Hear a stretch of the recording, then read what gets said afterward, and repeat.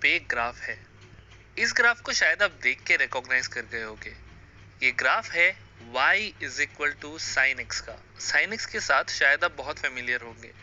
हमने trigonometric functions जैसे sine x, cos x, tan x इनके साथ बहुत खेला है। एक क्विक रिफ्रेशर के लिए हम यहाँ पे देखते हैं कि हम किसी भी एंगल के लिए साइन एक्स कैसे निकालते थे। तो साइन एक्स निकालने का एक तरीका था कि मैं एक कोऑर्डिनेट एक्सिस बनाऊं और उस पे बनाऊं एक यूनिट सर्कल। अब अगर मुझे साइन 30 डिग्री निकालना है तो मैं यहाँ पे एक लाइन बना सकता हूँ at an angle of 30 degree from the x axis, और साइन 30 डिग्री की वैल्यू होगी मेरी इस लाइन के y कंपोनेंट के बराबर। So this y component will give me sine 30 degree. और उसी तरीके से अगर मैं x कंपोनेंट लूँ तो this gives me the value of cos 30 degree. और याद रखना ये मेरा यूनिट सर्कल है, तो इस हाइपोटेनस की लेंथ है 1। तो हम देख सकते हैं कि जब ये एंगल 30 डिग्री है तो sine 30 degree will be some positive value. जब ये एंगल मेरा 0 डिग्री हो जाएगा तो मेरी ये लाइन हॉरिजॉन्टल हो जाएगी और y कंपोनेंट कंप्लीटली 0 हो जाएगा, इसीलिए साइन 0 0 होता है। और उसी तरीके से अगर मेरी ये लाइन बिल्कुल वर्टिकल हो जाए, तो यानी एंगल मेरा 90 डिग्री हो जाए, तो साइन 90 मेरा 1 के बराबर होगा, क्योंकि y कंपोनेंट इस पूरी लाइन के बराबर हो जाएगा। और इसी तरीके से हम किसी भी एंगल के लिए 90 के लिए, 120 के लिए, 180, 360, और अगर 360 से ऊपर भी जाना है तो हम इसको और घुमा सकते हैं। फॉर एग्जाम्पल अगर मेरे को 540 पे जाना है तो मैं इसको 180 डिग्री और घुमा दूंगा and again I will get the value of sign 540 which will be 0, क्योंकि y कंपोनेंट 0 हो जाएगा, मेरा ये लाइन फिर से हॉरिजॉन्टल हो जाएगी। तो आई होप आपको रिफ्रेश हो गया है कि हम साइन एक्स कैसे निकालते थे, और हम इस रिफ्रेशमेंट का, इस नॉलेज का यूज करेंगे इस चैप्टर में भी। एनीवेज, यहाँ पे जो साइन एक्स का ग्राफ है, यहाँ पे मेरा x रेडियंस में है, instead of 30 degrees it is in radiance. 30 degrees will be pi by 6, doesn't matter. और y मेरा साइन x के बराबर है। तो यहाँ पे अगर मैं देखूँ तो इस फंक्शन की जो डोमेन है वो है the set of all real values, और इस फंक्शन की जो रेंज है दैट गोज फ्रॉम -1 to 1। और सिंप्लिसिटी के लिए यहाँ पे हम कोडोमेन को भी सेम ही बोल देते हैं। सो द रेंज और the codomain goes from -1 to 1। तो ये साइन एक्स यहाँ पे एक अच्छा सा सीधा साधा फंक्शन है। इसको अगर मैं कोई भी एक x दूं तो ये मेरे को y की वैल्यू निकाल के दे देगा। यहाँ पे एक x दूं तो मेरे को एक y की वैल्यू निकाल के दे देगा, एज अ फंक्शन शुड। एक फंक्शन एक x की वैल्यू के लिए एक ही y की वैल्यू निकाल के देता है। एक x के लिए दो y नहीं होने चाहिए, वरना हम कंफ्यूज हो जाएंगे कि इस x के लिए y की वैल्यू है क्या, -1 है या 1 है, ऐसा नहीं हो सकता है।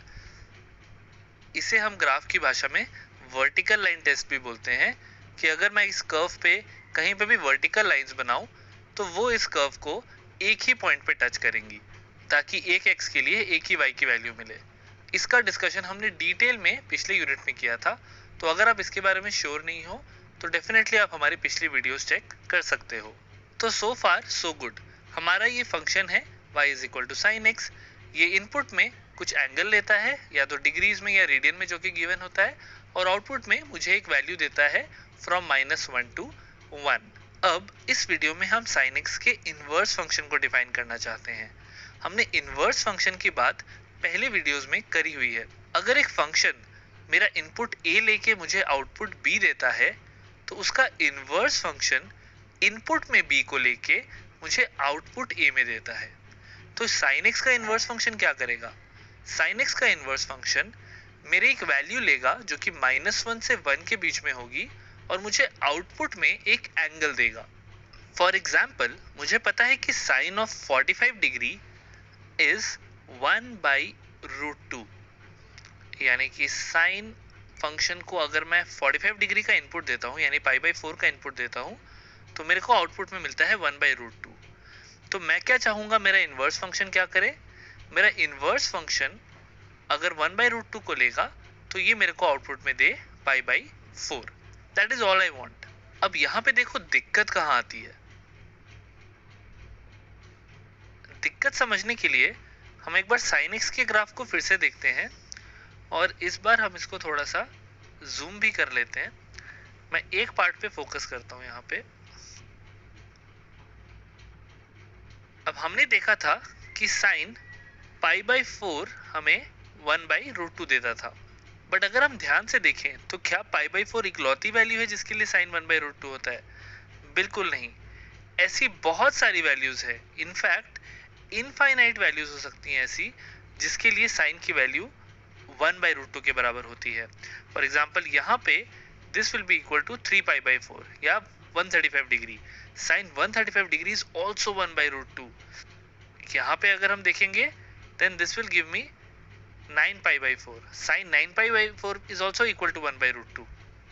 तो इस इनवर्स फंक्शन को दिक्कत यहाँ पे आएगी जब हम इसको बोलेंगे कि साइन इनवर्स 1/√2 बताओ, तो वो कंफ्यूज हो जाएगा कि मेरे को π/4 निकालना है आंसर में, या 3π/4 निकालना है, या फिर 9π/4 निकालना है, या फिर इसके आगे की कोई वैल्यू, या इसके पीछे भी ऐसी वैल्यूज हो सकती है जिसमें हमारा साइन की वैल्यू 1/√2 हो।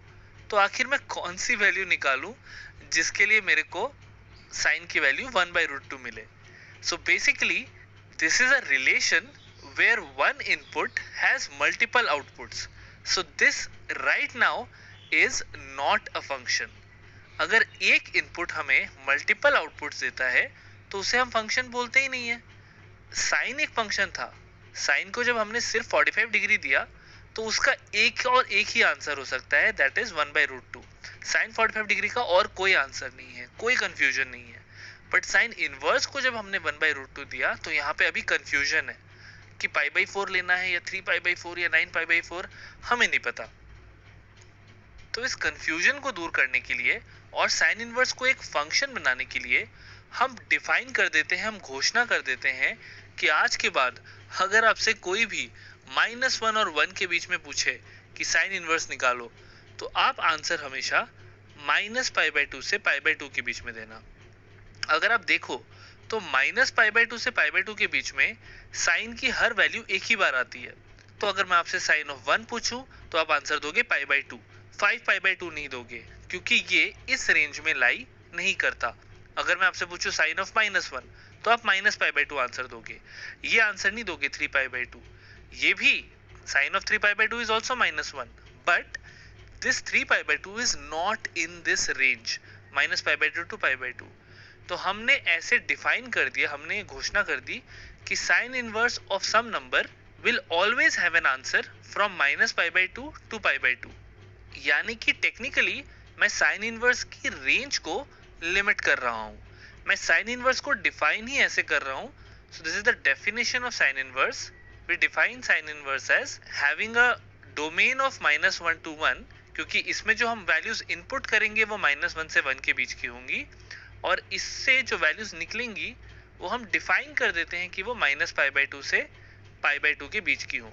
अगर हम इस रेंज को लिमिट नहीं करेंगे तो साइन इनवर्स एक फंक्शन बन ही नहीं पाएगा, क्योंकि मल्टीपल आउटपुट्स मिलेंगे, कंफ्यूजन होगा। तो इसीलिए इसको लिमिट करना जरूरी है। तो साइन इनवर्स की ये जो वैल्यूज आती हैं -π/2 और π/2 के बीच की, इसे हम कहते हैं principal value of sine inverse. हम चाहते तो कोई और रेंज भी ले सकते थे। फॉर एग्जाम्पल, अगर मैं π/2 और 3π/2 के बीच में देखूं तो यहाँ पे भी साइन की हर वैल्यू एक ही बार आती है, बट मैंने इसको नहीं लिया। This is not my principal branch.